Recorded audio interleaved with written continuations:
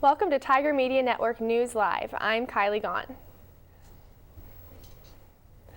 As the search for the next Fort Hays State University president continues, the second candidate has now been announced. Mirta Martin, who currently serves as Dean of the College of the School of Business at Virginia State University, was announced yesterday as the second candidate for the position.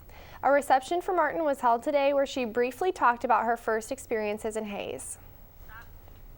We drove in and saw the beautiful plains of Kansas filled with the turbines, and I know that many of you are from the area and you probably take those sights for granted. I will tell you that being the first time in Kansas, I could not be swelled but with emotion with the grandeur of this country, and that's what we have here in Kansas, and that's what I've experienced here at Fort Hays State University. It is a place that is filled with caring people. It's a place that I feel that is part of a home. And ladies and gentlemen, that's what I'm looking for, a home.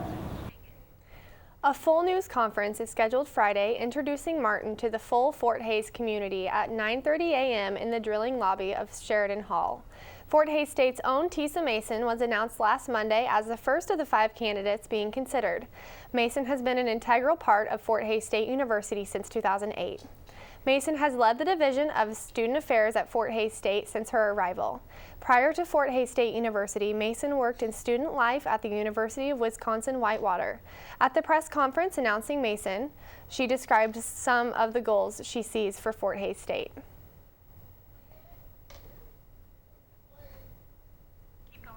No, I think it's not only just the readiness of the rural aspect, but I think the other thing that we need to prepare for, and I've seen this more in Kansas, is the growth of virtual high schools. I think research is very important because it's the production of knowledge, and if we don't have the production of knowledge, we will get out of step. The next candidate will be announced early next week, with the following 2 candidates being announced for the following week. For more information as it develops and for the full press conference, go to tmn.fhsu.edu. As the Fort Hays State student government gears up for elections, questions have been raised about the election committee failing to meet mandatory deadlines.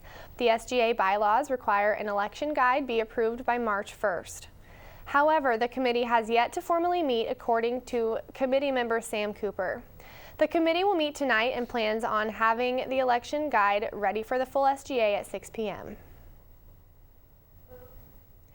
On Tuesday, Fort Hays State University's Encore Series hosted another performance at Beach Schmidt Performing Arts Center. The production of HMS Pinafore by the New York Gilbert and Sullivan Players is about a group of British ship members who happen to be related and sing their way to allow true love overcoming problems of class distinction. HMS Pinafore, or The Last That Loved a Sailor, was first performed in London in May of 1878 and has been popular ever since. In response to the social media policy adopted by the Kansas Board of Regents, allowing university faculty to be dismissed following social media communications the university deems detrimental, 2 members of the Fort Hays State faculty were appointed to a working group recommending changes to the policy. The recommended changes have been emailed to all student users, and input from the university community have been requested. The deadline for input is Friday of this week. Last night, the Tiger Series Workshop hosted a free event for students titled It's Complicated, Finding Out How to Balance College with Dating and Other Relationships. The event gave advice to students who can't get the hang of balancing school and a bigger part of life, relationships. The next Tiger Series is scheduled for next week. Yesterday, the Center for Student Involvement hosted another diversity. The event was to celebrate Women's History Month. The event had free food for attendees and also had booths of facts of various women throughout history. The next diversity is not scheduled until next school semester. Starting Monday is Fort Hays State University's Greek Week. Greek Week is a series of events where the 7 Fort Hays State Greek organizations come together to compete for the title of Greek Organization of the Year. Not only do the Greek organizations compete for a trophy for the events, but there are also trophies for the chapter with the highest freshman GPA, chapter overall highest GPA, chapter with the most philanthropy hours, and the best performance in intramurals. The Fort Hays State University's Women's Leadership Project is hosting a free self-defense workshop this Saturday from 9 a.m. to noon. The event is for ages 12 years and older, and participants are not required to RSVP, but are asked to show up earlier than 9 a.m. in Cunningham Hall, room 110. Participants are also asked to wear a t-shirt and athletic shorts or pants and no jewelry. For more information, contact the Women's Leadership Project at 785-628-4312. Over spring break, Fort Hays State launched a new look for the university's website. The new design features more updated information about events and makes the website more user-friendly. To see the new updated website, go to fhsu.edu. If you own a lawnmower and it happens to need a little TLC, the Fort Hays State University agriculture students are offering lawnmower servicing. Those participating are encouraged to drop off their lawnmower Friday from 5 to 7 or Saturday before 10 a.m. The cost for service is $40 and proceeds will help the club finance its annual trip. For more information, call the Agribusiness Club at 785-628-4368. Next Wednesday, the Fort Hays State University Social Work Club is hosting an event releasing a message of hope. The event will be in the Memorial Union, where people can purchase a piece of paper to write an inspirational message in quotes. The idea behind the balloons is when a balloon lands, the message can bring hope to a person. For more information about the event, contact Chase Mills at 620-482-0005. Tonight at 7 in the Beach Schmidt Performing Arts Center, civil rights activist Diane Nash will be speaking. Nash's involvement with the nonviolent protest movement began in 1959 after encountering segregation in Tennessee. In 1960, Nash became an active leader in the Nashville sit-ins with the goal of desegregating downtown lunch counters and played an important role of desegregating the bus system in the South. The event is free to students with their Tiger card. Mark your calendars, because next Wednesday, the Center for Student Involvement is hosting another Sebelius Lecture Series featuring former White House Deputy Chief of Staff Karl Rove. Rove has over 2 decades of experience in the political field. Rove writes a weekly column for the Wall Street Journal, appearing regularly on Fox News Channel, and is a New York Times best-selling author. The event will be held at 7:30 in Beach Schmidt Performing Arts Center and is free for students with their Tiger card. Strong winds are no surprise to Hays, but it is a surprise when you see pieces of debris flying in the air. Earlier this week, the strong winds moved large pieces of what appeared to be roofing material from the construction site of the new Center for Networked Learning behind Malloy Hall. The debris caused little to no damage to cars, but students were asked to park elsewhere. If damage was caused by the debris, people were asked to contact Paul Wurtenberger at 785-625-8220. That'll do it for news for today, and up next is sports with CD DeSalvo.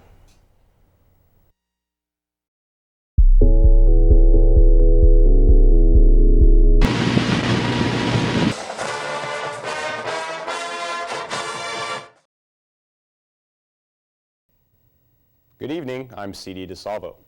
The Fort Hays State Outdoor Track and Field team will open up the season this weekend, hosting the Alex Francis Classic on Friday and Saturday. The meet is set to take place at Lewis Field Stadium, with the field event starting on Friday afternoon at 3:30 p.m. The distance events will follow the field events on Friday and will begin at 7. Teams expecting to compete are Fort Hays State, Nebraska Kearney, Colorado College, Kansas Wesleyan, Colby Community College, and Dodge City Community College. The meet is one of 2 home events for the Tigers this spring. Nebraska Kearney won the meet last year, scoring 505 points combined. FHSU was second with 365. Well, it's that time of year again. The beginning of spring means the annual Pack the Park night for FHSU baseball. The event is set for the first game of a 4-game weekend conference series at Lark Park against conference rival Emporia State. Admission to the game is $3 for adults and $1 for kids K through 12. Admission is free for FHSU students with their student ID and for all sports season ticket holders. Doors open at 6 p.m. Additional promotions include free t-shirts for the first 200 fans and burgers, hot dogs, and beverages for only $1.50. Now let's take a look at the upcoming schedule for Fort Hays State Athletics. On Saturday, the softball team will be taking on Lincoln at home in a doubleheader beginning at 11 a.m. The Lady Tigers will then play Lindenwood on Sunday in another doubleheader starting at 11 a.m. And beginning on Sunday, the women's golf team will be competing in the Tiburon Invitational in Omaha, Nebraska. The Invitational is a two-day event. Well, that's your Fort Hays sports for the week. Stay tuned for Around Town, our new community affairs segment with Bridget Markey.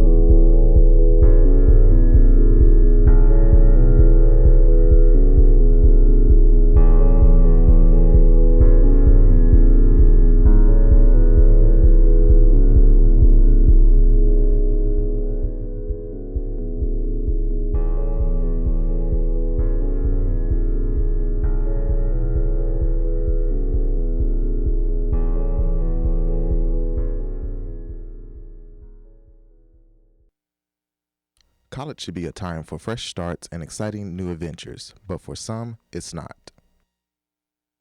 New studies find that bullying does not end when students go to college. In fact, 15% of college students reported still being bullied. If you or somebody you know is being bullied, don't be afraid to tell somebody. Contact a trusted professor, administration member, or the Kelly Center for help and advice. Together, we can put an end to bullying. Dude, I'm so drunk right now. That party was awesome. Hey, are you still coming to this party? My girlfriend's in there. I'm way too drunk for this right now. Really? Who cares? Just, how about you go drive around? I'm going in. Yeah, I gotta go. All right, dude.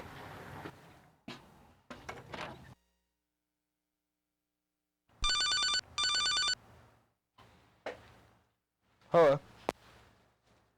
Who's this? He's in the hospital? All right, I'll be there in a minute. Think before you drink and designate a driver.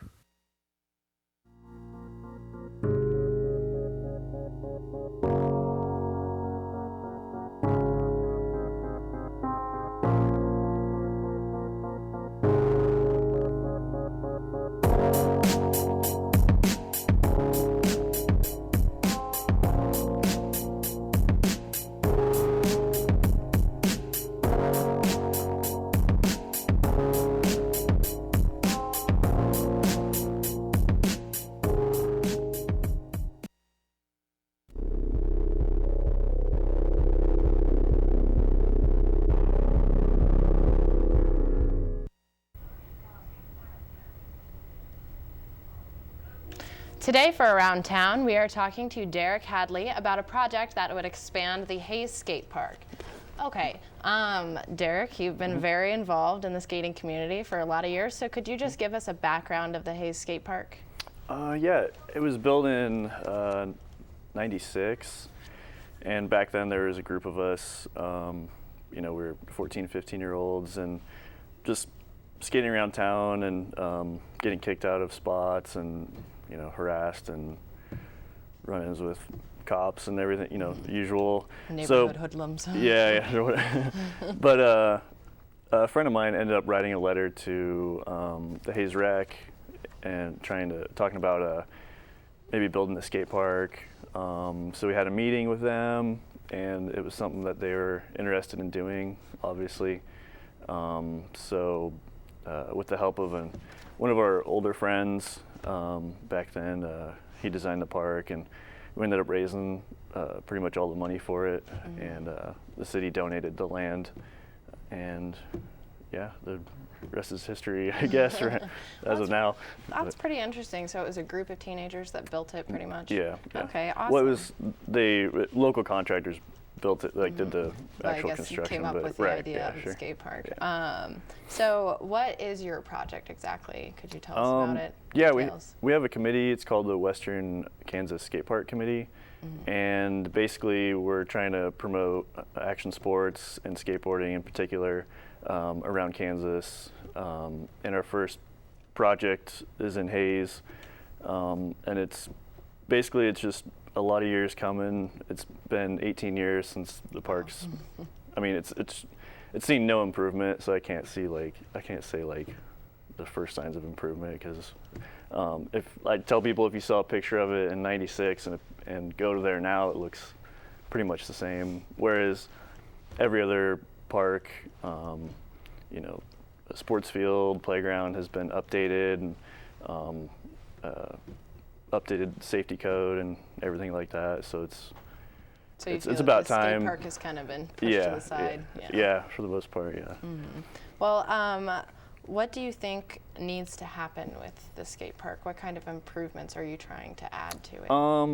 Well, just compared to back then, there was, you know, a group of, you know, maybe 20 or 30 people that use the park. Now it's increased to, I mean, I don't even, there's statistics about it, but I wouldn't be able to tell you, like, from what I see, because there's so many kids that frequent the park and end up getting turned away, like they can't skate the park. People don't know that it's not just skateboarders that go there. Right, it's action sports is skateboarding, inline, like, you know, little kids like to do scooters, and then the BMX guys and stuff, and usually the kids that ride scooters and stuff like that, then they eventually graduate to skateboarding, and the numbers the Census Bureau puts out shows that increase in skateboard activity. So there's a huge population of action sports in Hayes, and it's obviously, if you're not in it, it's not really, you may notice it a little bit around town, but it's the same as, like, a lot of people don't realize that Hayes needed a sports complex, but then we got one. It's like, oh, okay, well, they obviously needed it, so you know, it's the same type of thing. Gotcha. So, yeah. Well, how much progress have you made with this so far? Where are you at? Well, I think it was probably a year ago, we ended up having a meeting with the Hayes Rec. Well, first of all, I had tons of kids coming to me and, like, complaining about the size of the park, and it was crowded, and it wasn't challenging. So naturally, skateboarders have an inherently, like, looking for new terrain constantly. So of course you're gonna go skate street and ledges, and the world people's, is their skate park. Yeah, the world is the park, and you know, you have run-ins with police and neighbors and whatnot. So, but if there's a spot that they can go to that is always challenging, then obviously they don't need to go outside of the facility.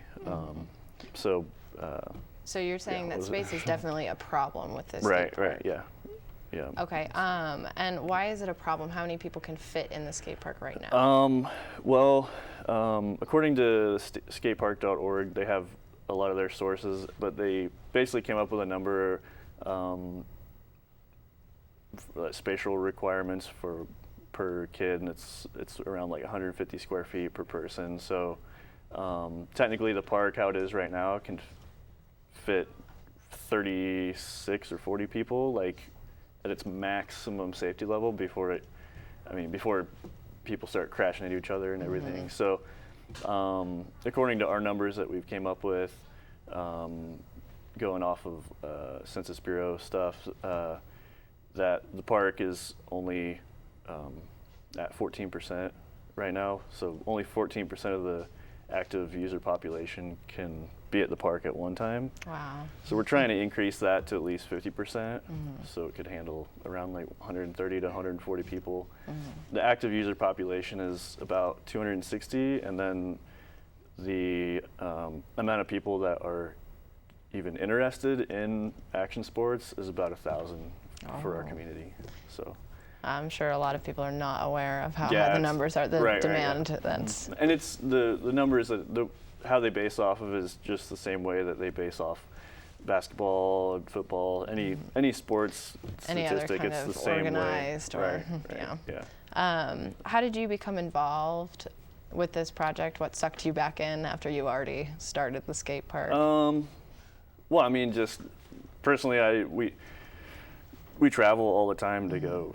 Every month we drive to Denver and go to skate parks, and I would love to not have to do that so much. I mean, it's cool going places and finding new things, but usually kids can't do that, you know, so they're stuck here, and we just want to give them like, you know, a space that they can go to and be safe at, and you know, feel like it's theirs, and so they don't have to seek like an outside source to go to. But so just my personal wants and needs, I guess, too. But more so that kids have been coming to me and asking me to help them out with like trying to get something organized, and so just being the old guy, I guess. I guess I just took on the responsibility. So yeah. I see. Well, I'm sorry we're out of time, but Oh, okay. no, it's okay. But thank you so much for coming in. I just wanted to get it out there. If people wanted more information about this, because you know, fundraising and whatever else that can happen, donations, people getting involved. Do you have any more information on that? Yeah, you can go to our Facebook group, Western Kansas Skate Park Committee, or on Facebook, We Can Skate is the page that you can like it on there, and I think the Twitter page is We Can Skate as well. Okay. Well, thank you so much to our guest, Derek Hadley, for coming in today, and it's back to the news desk.